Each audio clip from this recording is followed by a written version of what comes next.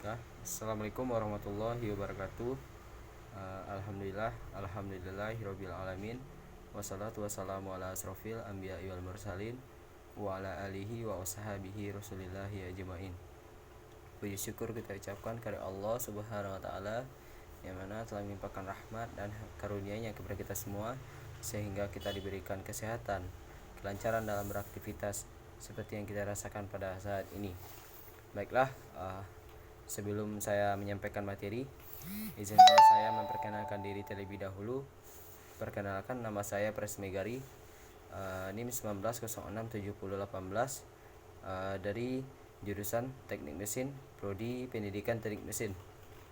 Baiklah, di sini saya akan menyampaikan di dalam pertemuan kali ini, yaitu pertemuan keempat, yaitu saya akan menjelaskan tentang administrasi kurikulum, yaitu yang mempunyai sub-sub temanya. Yang pertama yaitu konsep administrasi kurikulum, yang kedua yaitu proses administrasi kurikulum di satuan pendidikan. Dan di dalam proses administrasi kurikulum di satuan pendidikan terbagi pula menjadi 4, yaitu perencanaan, pelaksanaan, pengawasan, dan evaluasi. Dan yang ketiga yaitu keterlibatan guru dalam administrasi kurikulum. Baiklah, tidak memperpanjang waktu, izinkanlah saya menyampaikan materinya, yaitu yang pertama, pengertian kurikulum. Kurikulum berasal dari bahasa Latin yang kata dasarnya adalah currere, yang berarti lapangan perlombaan lari yang ada garis start dan garis finish. Pada saat itu, pengertian kurikulum adalah jangka waktu pendidikan yang harus ditempuh oleh siswa yang bertujuan untuk memperoleh ijazah. Dalam hal ini, ijazah pada hakikatnya merupakan suatu bukti bahwa siswa telah menempuh kurikulum yang berupa rencana pelajaran, sebagaimana halnya seorang pelari telah menempuh suatu jarak antara suatu tempat ke tempat lainnya dan pada akhirnya mencapai finish. Pengertian kurikulum menurut para ahli, yaitu yang pertama yaitu Dr. Haji Nana Sudja tahun 2005. Yang kedua yaitu ada Profesor Dr. Henry Guntur Tarigan. Yang ketiga ada Harsono 2005. Yang keempat ada Dr. Handras C.C. Wijaya dan kawan-kawan. Yang kelima ada George Beokam 1976.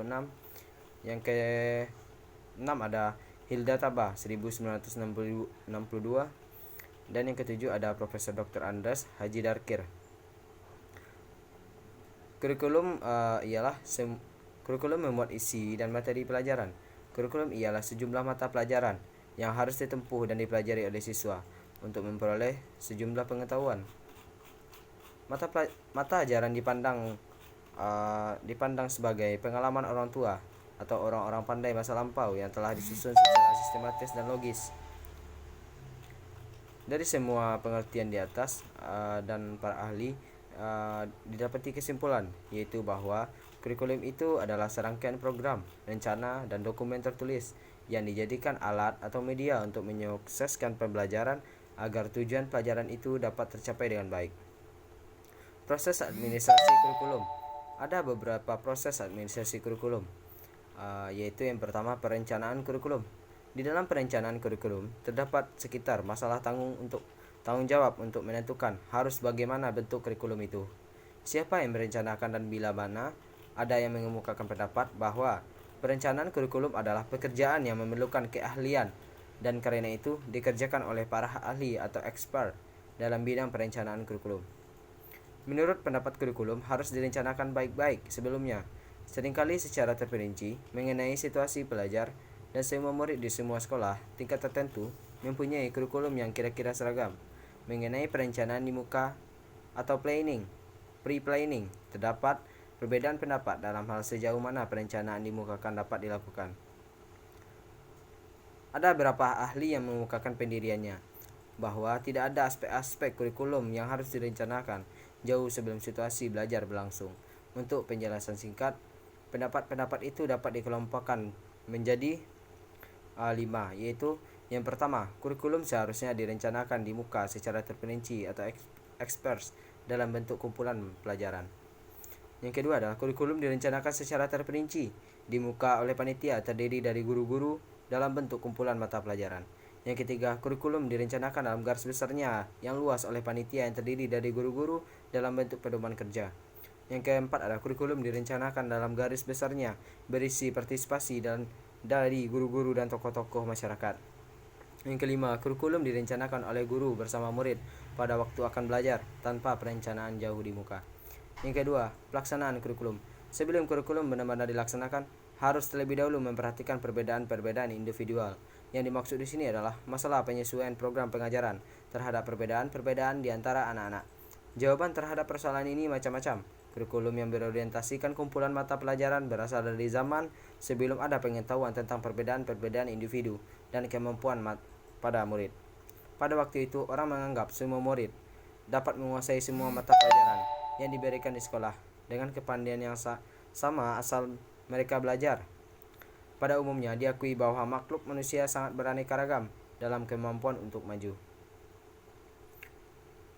Dan di sini ada pendapat mengenai persoalan bagaimana hal yang harus dilakukan. Yang pertama, konsep kurikulum yang telah ditetapkan jauh di muka harus dikuasai oleh murid menurut ketepatan yang telah diatur sebelumnya. Yang kedua, bahwa murid-murid harus dikelompokkan menurut kemampuan dengan tujuan bahwa pengelompokan ini akan memperkecil perbedaan kemampuan dalam tiap kelompok agar mempermudah pelaksanaan individualis program pelajaran.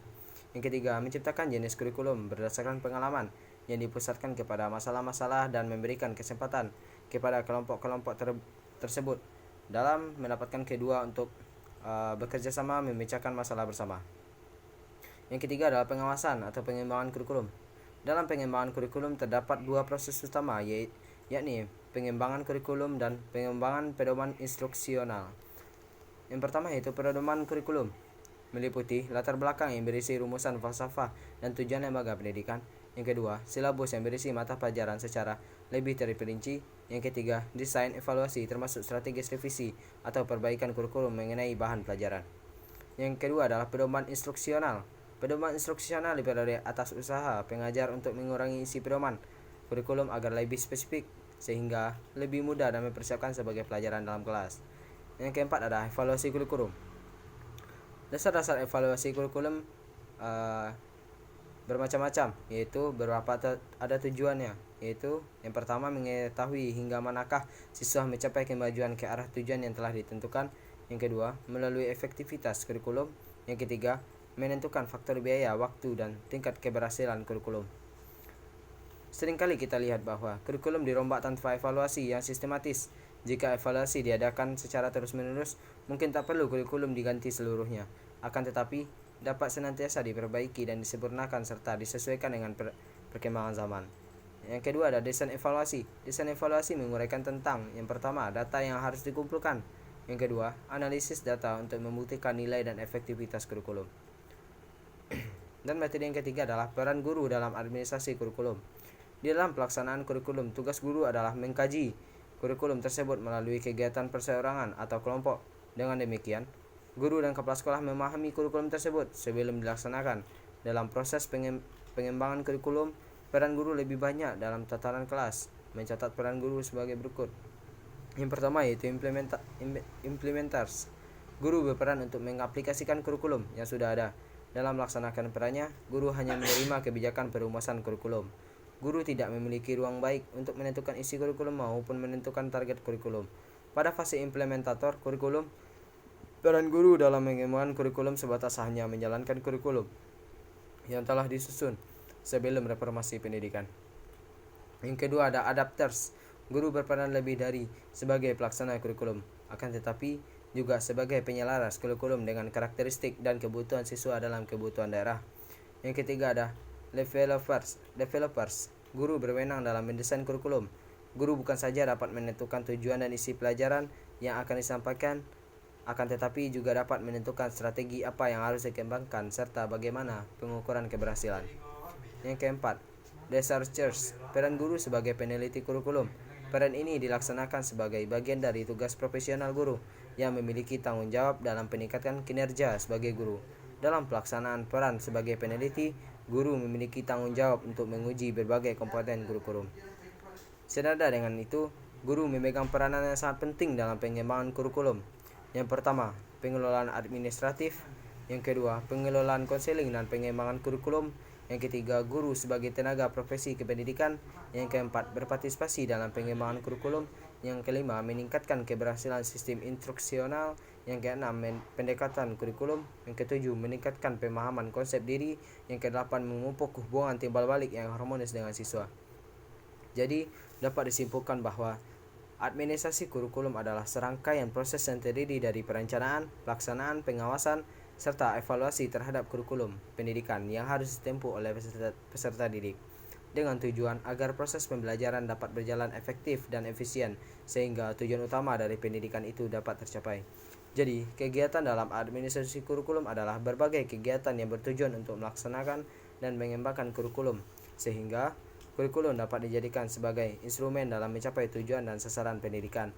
Dengan menerapkan prinsip-prinsip administrasi kurikulum, kemudian dikembangkan sehingga dalam pelaksanaan kurikulum dapat mencapai sasaran pendidikan yang diharapkan. Setidaknya, kegiatan administrasi kurikulum menghendaki agar rumusan kurikulum benar-benar terencana dengan baik sehingga dalam pelaksanaan dapat berjalan dengan baik pula. Sekian dari materi yang saya sampaikan. Apabila ada kata-kata atau ucapan yang salah, mohon dimaafkan.